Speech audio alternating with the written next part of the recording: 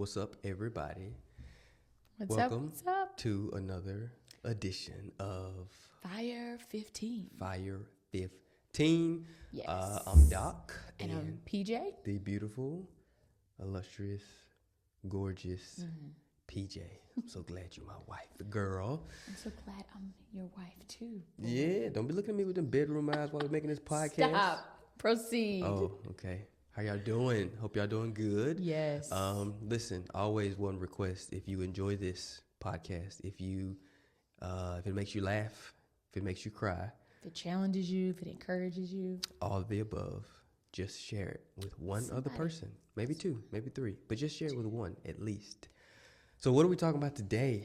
Today we are talking about Dun, dun, dun, dun.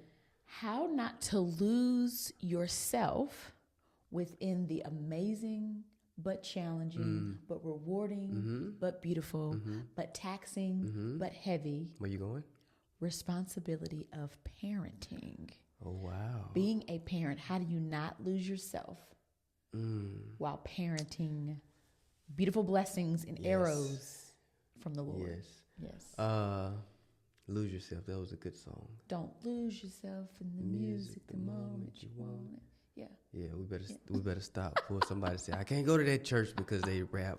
Stop. We don't rap. It was, No. listen, if you've been hanging around here long enough, you know that PJ believes in pulling together songs From everything. in the segments of words. So when when the words arise, there is a song that matches.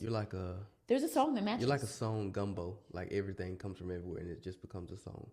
And it's good. Possibly. And it's good. As long as it's like Amen. the good gumbo from New Orleans, like not the Shady McGrady kind. Yeah, don't call Does it them have that. crab legs in it, or is it just like crab meat? Both. Does it have andouille sausage or regular sausage?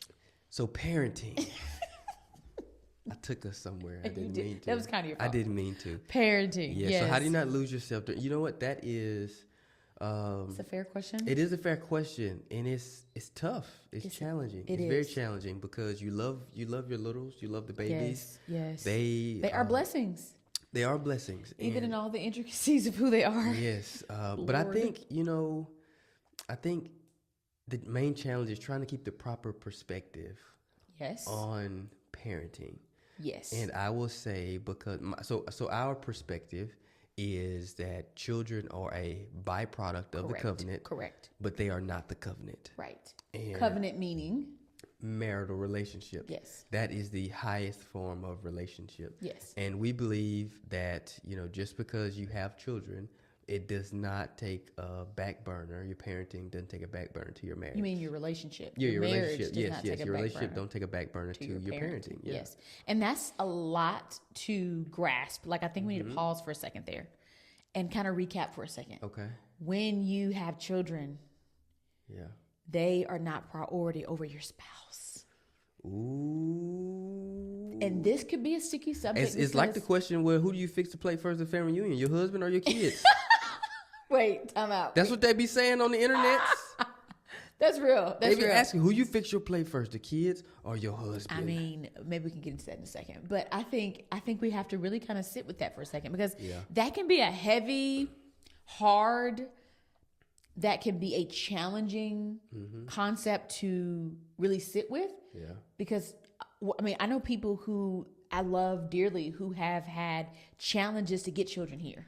Yeah. And so the thought of them becoming second to anyone, husband included, wife included, is hard to conceptualize. Yeah. But the truth is, if we're gonna follow the biblical pattern, and we're believers first, husband, wife, pastors, whatever, parents, but the biblical pattern is that children are a byproduct. Yeah. So they're secondary to your spouse.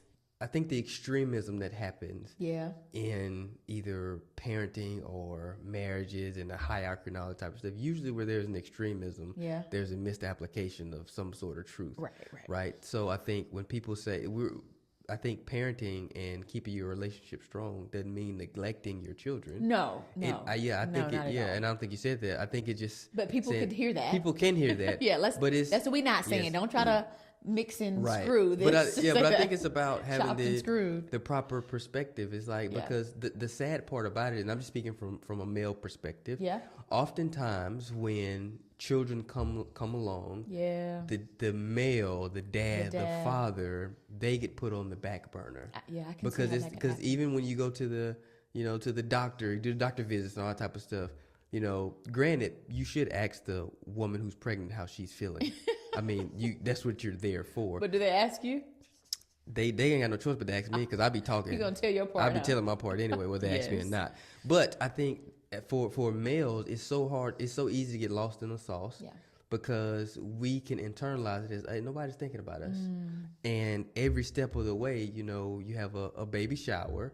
That's usually a woman thing. The male is. Come. I ain't coming. The male is there. He don't do baby showers, y'all. Do baby showers. The male is just there to pick up the gifts at the end and get a plate, right? Yeah, but it's so. I think during the marriage, you have to keep reinforcing the spot that your spouse plays, and that takes intentionality, because even you talk about the first couple of weeks, days, hours, home with a newborn, like before we even get into the different levels of parenting, from adolescence to toddler to parenting grown adult children or whatever. Did I say children's? Yep. I think I did. You sure did. Grown adult children. I think you think about just those first couple of days and weeks with this new baby who's asking, who is selfish, who is demanding, and who you give all your time and attention and love to, and you want to make sure they have what they need. And that's important. Yes. We're not saying, hey, neglect your child and go sleep with your husband. Yeah, we're not saying that. But I think that there has to be a constant communication and dialogue between the spouses, understanding the value and understand there's ebbs and flows and seasons. Yeah. When a newborn is present, hey, husband, I think that you can give leeway. Hey, wife, give leeway to make sure we're providing for that child. Right. But in the grand scheme of things, if we're talking proper order, our husband, our wives come before our children. And I think I think it actually, people don't think about this. Yeah. It does a child a disservice if they see an unhealthy connection between parents. Yeah. It blesses a child when they can see the love, the connection, the sacrifice, and the priority that their parents play for one another. Yeah. It begins to show them what real love and healthy marriage is at a young age. Right. When they see that, hey, let me ask your dad, or hey, let me take care of dad first. They're probably like, their wheels turn. Yeah. They pick up more than what they say. They are sponges. They are magnets. They know. I think we have to understand too, you think that you're doing your child a favor by doing all these things or having this misbalance of who is priority, but it really sets them up for success for a healthy, non-need for therapy future. If they see their parents model the way Christ intended. Yeah, and I think some people would say, hey, let's do this for the kids, do this for the kids, do this for the kids. I don't like that. And I'm gonna tell you why I don't like it. I think there are some things you sacrifice and do for the kids. But you don't sacrifice and do for the kids at the sake of your own marriage. Come on. Because those kids, they're gonna get up, they're gonna leave one day. Okay. And you're going to reproduce who you are a lot quicker than what you say. Yeah. And children need a healthy, like you mentioned, stable environment. That's right. But at the same time, you don't, because here's what priority does. Priority doesn't exchange something for the sake of the other. Right. It means giving it the appropriate attention that it's supposed to have. Yes. So it's not neglecting one thing to prioritize another. Right. We must highlight that again. Yeah. We're not neglecting our children to prioritize our spouse. We're not neglecting our husband or wife. That's not what we're saying. Right. But I think we have to understand this. In the biblical standard, the way God created things were a place and a model and a strategy that works. Yeah, because God is a God of order. Yes, He is. And when you get out of that order, chaos ensues. There's suffering that takes place. Yeah, because I believe that, men and women, God created them uniquely. Yes. And when you exchange that to not fit into that mold, you just kind of get stuff all over the place because it's out of God's order. Yeah. And I think even like you're mentioning with spouse and children and parenting, it's got to be in order. You mentioned, you said, don't put that baby down and go sleep with your husband. Sometimes you might need to go put that baby down. When the baby sleep. Sure. And go sleep with your husband. It ain't going to take that long no way. So, it may take a little long. It just depends. But anyway, we being real on this podcast. We being real. Continue. But so how do you not lose yourself? I think go ahead, sorry. So I'm a scientist by nature. I think you study your spouse. Mm-hmm. Study them. Study your kids too, but study your spouse. You should be able to tell when your spouse is not firing on all cylinders. When they're on the low, they're struggling. Yeah. Yeah. Check in. We do the check in. We say, hey, How you doing? Give me a marriage grade. You know, things like that. Like, you should be able to tell. So I think paying attention is number one. How do you not lose yourself? And I hate to keep saying the intentionality piece, but like finding those pockets of time. Yeah. There are pockets of time when you have a minute. There are pockets of time when you can occupy your kid. Maybe it's an iPad. Maybe it's a, depending on how young your kid is, maybe it's a swing to just sit with your spouse and say, hey, babe, I'm checking in on you. Yeah. And maybe I could go wash a bottle, but instead of doing that, I'm going to make sure you're good. Right, maybe I could go put on a load of laundry, but you know what I mean? Yeah. So I think that you have to be strategic in that. And I think sometimes when you first have children, I want to speak to some of those postpartum moms, and depending on your journey. Speak to the moms in general, because I spoke about how the guys get lost in the sauce a little bit. Yeah. How does it feel for a woman to kind of get lost in the role of mothering and motherhood and neglect themselves? Yeah, so it's easy to do. It's very easy to do. Not only neglect yourself, but lose yourself. You forget the things you once loved. You forget what makes you happy or what's enjoyable, because you're so focused on husband, and because husband is in that mix, even if he may be not in the right place as we navigate through thinking through it, he's in the mix. And then the children, then it's like, where do I fall? Like what is self-care? And as a 2024 mom that's locked in, what is self-care? But the truth is, you can't pour from an empty cup. And so I think that it's so important that you prioritize yourself as well, mamas. Like you have to, because if not, you respond sharply to your husband and your children. Yeah. You respond sharply to everybody that you do life with, because it's like, I'm running on fumes. Yeah. I'm making sure this ship is going. You might be putting gas in it, but I'm steering it. Oh, you know what I mean? That's good. So understanding the value of sitting with yourself and not feeling guilty when you prioritize yourself, because all you're doing is recharging yourself to be the best version of yourself for your child. Because if not, then they're stuck with memories of mama was always tired, or mama was always sharp, or mama was always whatever, and you're like, mama was alive, mama was there, mama didn't leave, you had clothes, you had all those things. And so we get these emotions, head, right? You got food on the table, you got shoes on your feet, and they got Nike signs. And we're thankful for that, mamas. We're thankful for that. Shout out to the mamas. Shout out but I think that we have to give time and space, especially in postpartum, for the adjustment period. Right. Studies say sometimes it takes 2 years. Oh, wow. For your body to, 2 years. 2 years. That's why men don't need to be fooling around with policies about women, because 2 years? 2 years for you to reset, not only physically, but the hormonal imbalances that take place. Serious? Yes, sir. I know about plants, but I didn't know about that. How long did it take a plant? Not that long.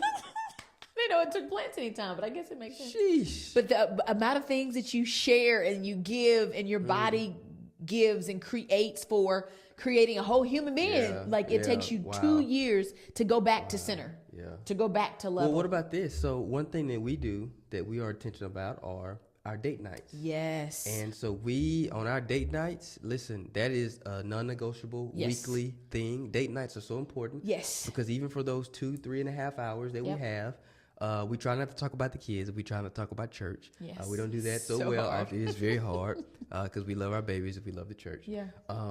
That's so important. It is. Because it's really like a necessary. disconnect. Yeah. It really is. Yeah, I think that's been a game changer in our marriage. Think so too. Is the date nights, the non-negotiable, those weekly date nights. Yeah. For me, what about you? No, I totally agree. I think it keeps us connected. Because the hustle and bustle of life, and it's interesting because we work together about 90% of the time, since we are both pastors. I'm co-pastor and you're pastor, but we don't, just because we're working together doesn't mean we're linking. Yeah. Does that make sense? It's a whole, just because your husband may work from home, or your wife may, be a stay-at-home mom, you're still missing each other for the connection. Connecting together is a step to not lose yourself in parenting. Yes. That connection piece. Because I think just because you are occupying the same space don't mean you're sharing the same space. Just because we sit and watching a movie. Yeah. Just being that's real. good, and that's good too. It is. But sometimes I need you to rub on my thigh. Yes, and look in your eye. Yes, thighs and eyes. That's right. I was in a fraternity. I felt the thigh. I can't. You better be feeling nobody's thighs. It was yours. It was yours in Jesus' name. I've been loving you since 1988, girl. Oh my gosh, you didn't know me in 1988, sir. I always knew you. Okay, because I'm older than you, so you were definitely not knowing me in 1988. But I was knowing you in the spirit. In the spirit. That's right. Wrong. That's right. So date nights, take time for yourself. Prioritize yourself. Yes, prioritize individually. yourself. Yeah. Date nights are important. Yeah. Being intentional about finding those spots, those pockets of time. When you have a minute, you can choose between a house chore or a kid chore that needs to be done, but it's not priority. Right. Or me seeing my spouse and we're missing each other. Yeah. Take time to sit and look in one another's eyes, to be transparent. Be vulnerable about how you're feeling. Hey, babe, I'm struggling. Yeah. Hey, I feel like I hadn't, talked to you in a week and a half. Yeah. We've been passing each other, like sit in those moments, because if not, those little bitty crumb snatchers will snatch not only all the crumbs, they will snatch away you. You just mentioned, hey, we missing each other. Like we cross, I hadn't talked to you in a week, and I'll be like, sometimes like you hadn't smacked my booty in a week. Like, why is it? Like I'm in the kitchen. Can anybody tell what his love language is? Physical touch. Physical yes. Yes, and a lot of it. We feeling thighs, we locking eyes, and we slapping booty cheeks. Make it clap, my boy. No! Jesus! Press stop. What is this? It's been a wonderful time, ladies and gentlemen. Lord help the 15 minutes is up. It is. If you would like to hear any more topics, just drop it in the chat. Hope this was helpful. I hope it was helpful. I think it was helpful. Listen, we love you guys. Yes. Follow, subscribe, all the things. Share. And until next time, peace. Bye. Bye.